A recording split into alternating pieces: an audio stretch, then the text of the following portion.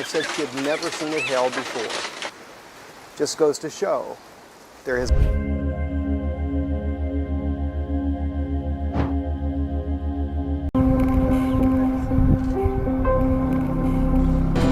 The toppling of this regime, but even if it doesn't happen, it will be much weaker. Hopefully it will be overthrown, and then the problem.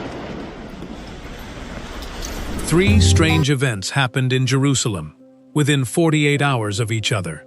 Scientists have explanations for all 3.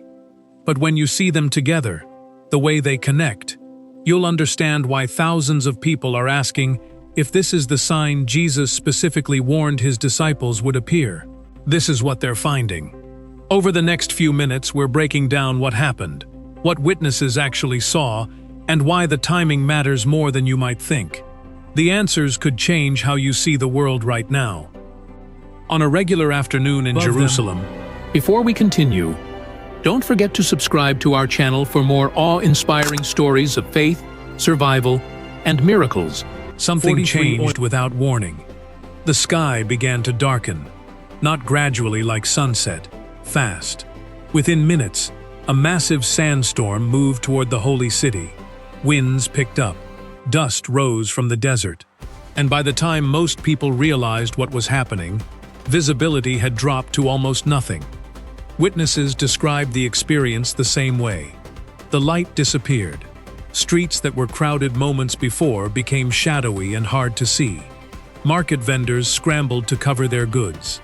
Vehicles pulled over. Some people got trapped inside because they couldn't see the road. But here's where it gets strange. Multiple people reported something unusual about the atmosphere before the storm even arrived. They described feeling heavy pressure in the air, a silence that felt wrong. One resident said it was like the city itself was holding its breath. Meteorologists later explained what happened. Desert winds shifted. Atmospheric pressure changed suddenly. These things occur naturally in the region. Sandstorms aren't new to Jerusalem. But witnesses insisted something felt different this time. They described the darkness as deeper than normal, the wind as louder, the overall feeling as emotionally disturbing, and several people used that exact word, independently of each other. Within hours, the storm weakened. The sun returned. The city went back to normal routines. Except it didn't feel normal anymore. Because as the dust settled, people started noticing something else. Something in the sky. Something that made them question whether the storm was really just weather. After the sandstorm passed, residents and visitors reported seeing strange glowing particles drifting through the night air.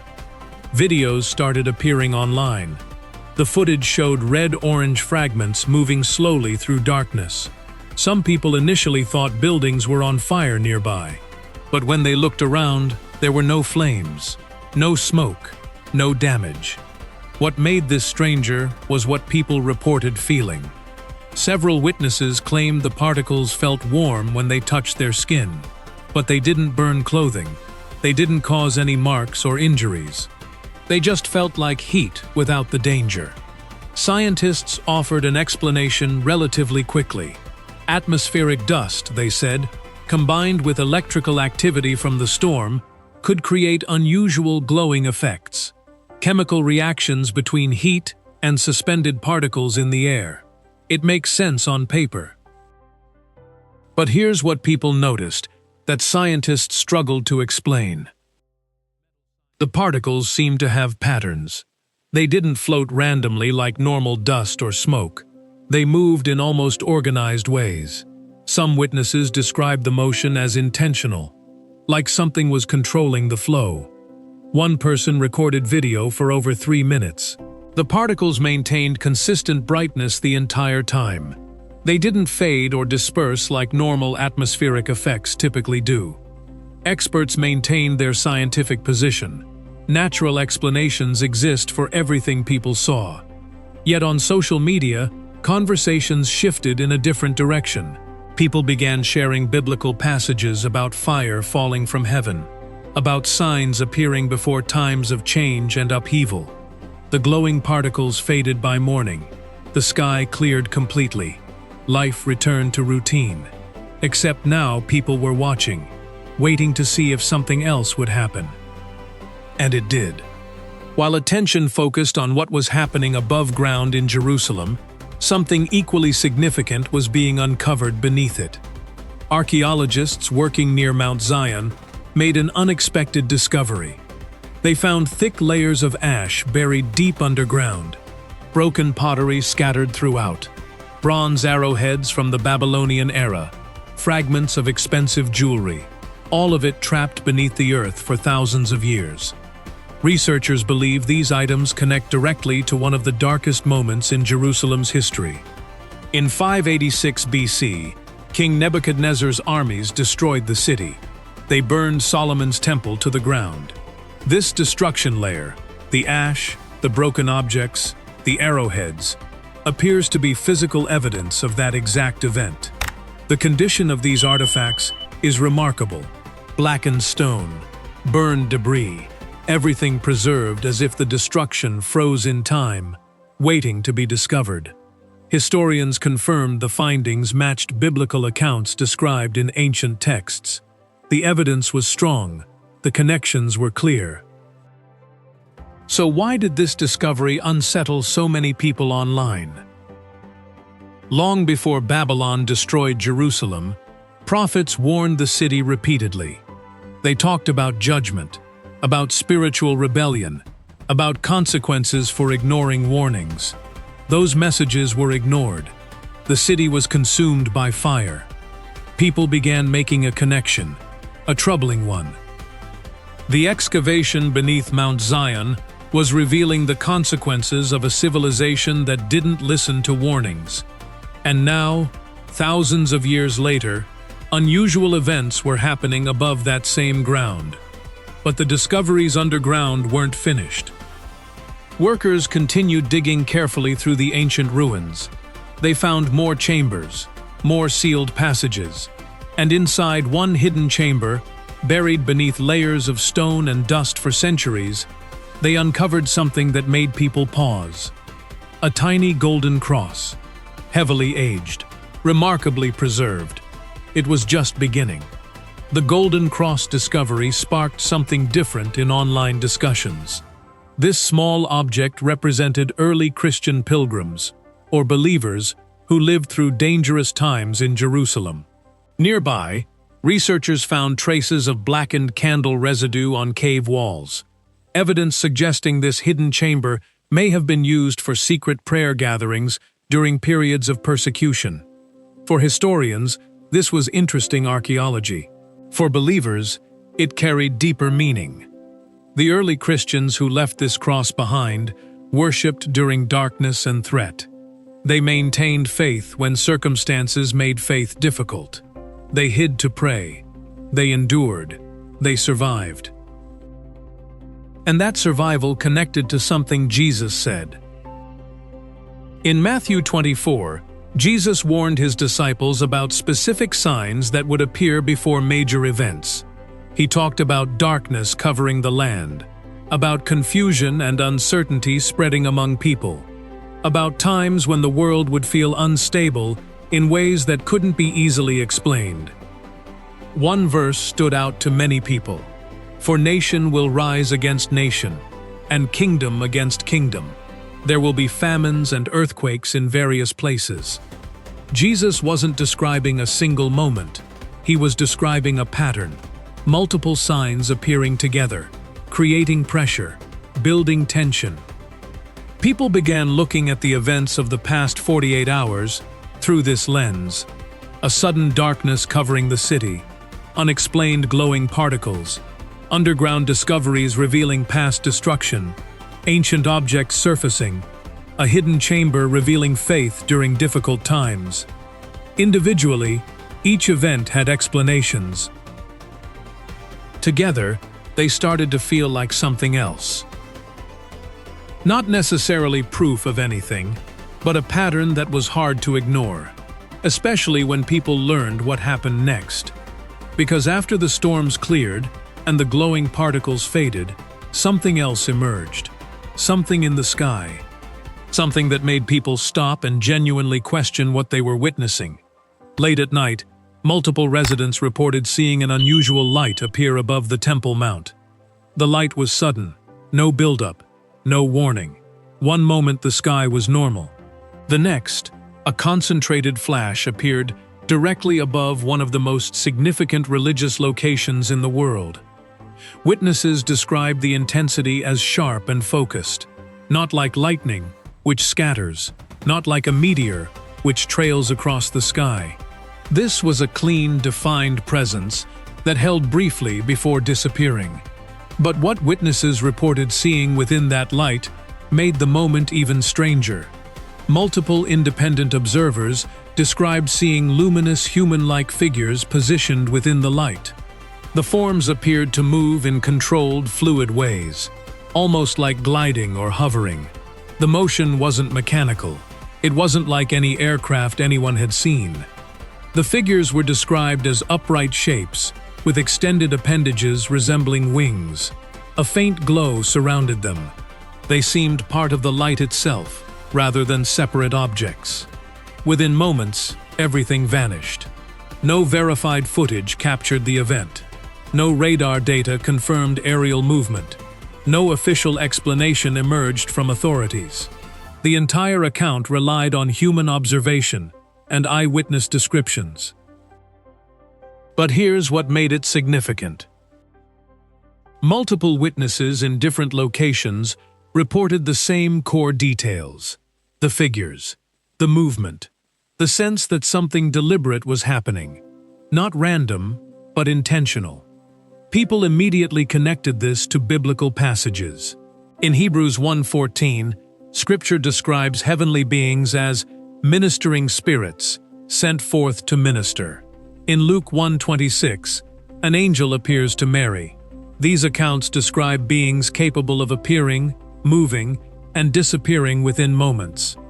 Scientists offered explanations: visual misinterpretation under intense light conditions, optical distortions, the brain constructing familiar shapes from brightness and contrast. But witnesses insisted what they saw was different. And then, something even more unusual happened. By this point, thousands of people online were connecting pieces together. The sudden darkness, the glowing particles, the underground discoveries, the ancient objects resurfacing, the strange light above the Temple Mount, the reported figures in the sky. Scientists explained each event individually. Natural causes existed for all of it: atmospheric conditions, archaeological processes, optical effects, meteorological phenomena. But people struggled with one thing: the timing. Everything happened within 72 hours, in the same location, in a place already carrying centuries of religious and historical significance.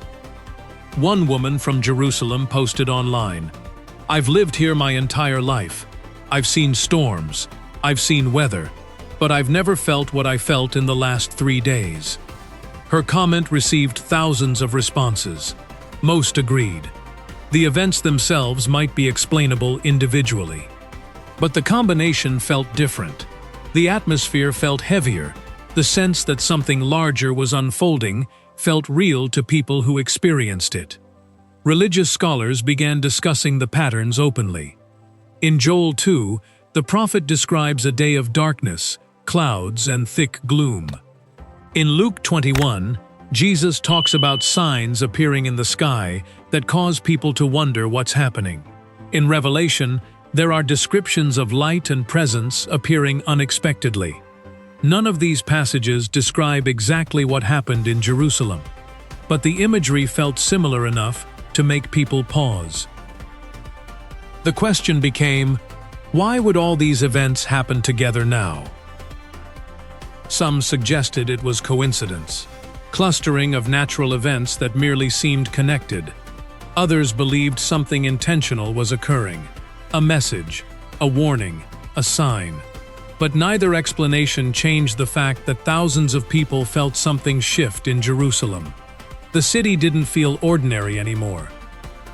And as people continued analyzing what had happened, investigators made another discovery that would deepen the mystery even further. Excavations continued in the areas around Mount Zion and the city of David. Researchers uncovered a collection of ancient artifacts, clay jars still containing traces of oil and wine, substances used for worship in ancient Israel, a decorative sword with design unlike typical weapons found in the region, and a carved chest marked with detailed patterns of vines and blossoms. The patterns on the chest match descriptions found in ancient texts. In Exodus and 1 Kings, temple decorations are described as featuring almond flowers and pomegranates, symbols of life and blessing. The chest they found appeared to follow those same designs. Among the stones and buried structures, archaeologists also discovered ancient coins. Early examinations suggested some coins connected to the period of King David or King Solomon, times described in Scripture as eras, when the kingdom of Israel flourished with wealth, structure, and influence. The engravings on the coins were worn, but faint symbols remained visible. Experts studied the coins carefully. By analyzing them, they could begin rebuilding understanding of how ancient people organized their economy, how they measured value, how they traded and exchanged goods during one of Israel's most important historical periods. But one detail caught people's attention more than archaeological data usually does. The discovery wasn't accidental. The objects weren't scattered randomly. The arrangement suggested intentional placement, organized, deliberate, as if someone from thousands of years ago had arranged these items with specific purpose. Historians remained cautious. No final conclusions had been made. More research was needed. The objects could be connected to various time periods. Interpretations varied. Yet online, people focused on a different question. Why were these discoveries emerging now, alongside the storms, the lights, the reported figures in the sky, all within the same time frame? Coincidence seemed increasingly difficult to defend, but the most pressing question remained unanswered. People began asking this question repeatedly across social media, in discussions, in comments beneath videos. Why now? Why were these events happening at this specific moment in history? Theologians offered perspectives. Some suggested the world was entering a season of instability unlike anything seen before. Others pointed to global tensions, political uncertainty, and the sense that stability was shifting in visible ways. But the more personal question many people asked was different. Why did these events make them feel something? Why, when they heard about the darkness and the lights and the discoveries, did something inside them shift? Psychologists offered explanations. Humans naturally seek patterns. When unusual events cluster together, the mind connects them. Fear spreads faster than reason. Uncertainty makes people vulnerable to believing unusual things. All of that was true. But it didn't change what people experienced. In Jerusalem, residents described a genuine sense that the city had changed. The atmosphere felt different. The spiritual weight felt heavier. The sense that something larger than ordinary events was unfolding felt real. In other parts of the world, people watching the videos and reading the reports described similar reactions. A pull toward spirituality. Questions about faith and meaning that had been buried beneath daily routines suddenly surfaced. Some began reading scripture more carefully. Some returned to churches they hadn't visited in years. Some began praying after long periods of not praying. The events themselves might have natural explanations. The pattern might be coincidental. The timing might be statistical clustering with no deeper meaning. But something in people was responding. Something was waking up. And perhaps that response, that awakening, was more significant than any single event or discovery. Because as people continued asking why now, another question began forming. What happens next? 3 days after the initial darkness, researchers made a discovery that hadn't been publicly announced yet. Deep beneath Jerusalem, in one of the sealed chambers that had remained untouched for centuries, investigators found something that changed everything about how they understood the previous events. The chamber contained objects arranged in specific patterns, not random placement, not natural positioning. These items were deliberately organized according to a structure that matched descriptions in ancient texts. And among those objects was something that shouldn't have been there, something that shouldn't have survived, something that, if authenticated, would rewrite historical understanding of Jerusalem's past. Experts were still analyzing it. Official statements hadn't been released. The discovery remained largely unknown outside research circles. But word was spreading. People close to the excavation described the objects with careful language. They spoke about authentication processes. They mentioned the need for peer review. They emphasized that conclusions were preliminary. Yet their tone suggested something significant was being held back. One archaeologist was quoted as saying, "We need to verify this completely before making any public statement. But if this is what we believe it is, it changes our understanding of everything that happened in this city." What was discovered remained unnamed. The implications remained unconfirmed. And as these findings were being analyzed quietly in research facilities, another phenomenon was being reported from multiple locations across Jerusalem. A sound. Not the wind, not mechanical, not coming from any identifiable source. Multiple residents reported hearing it simultaneously over a 24-hour period. A deep, prolonged tone that didn't fade quickly, that didn't match anything familiar. Many described it as trumpet-like. Authorities offered no explanation. Scientists scrambled to understand it. And thousands of people, having witnessed or learned about everything that had happened in the previous 72 hours, began asking a question with genuine urgency. What is happening? The answer, it seemed, was waiting just beneath the surface, waiting to be found, waiting to be revealed. And the implications of that answer might change everything.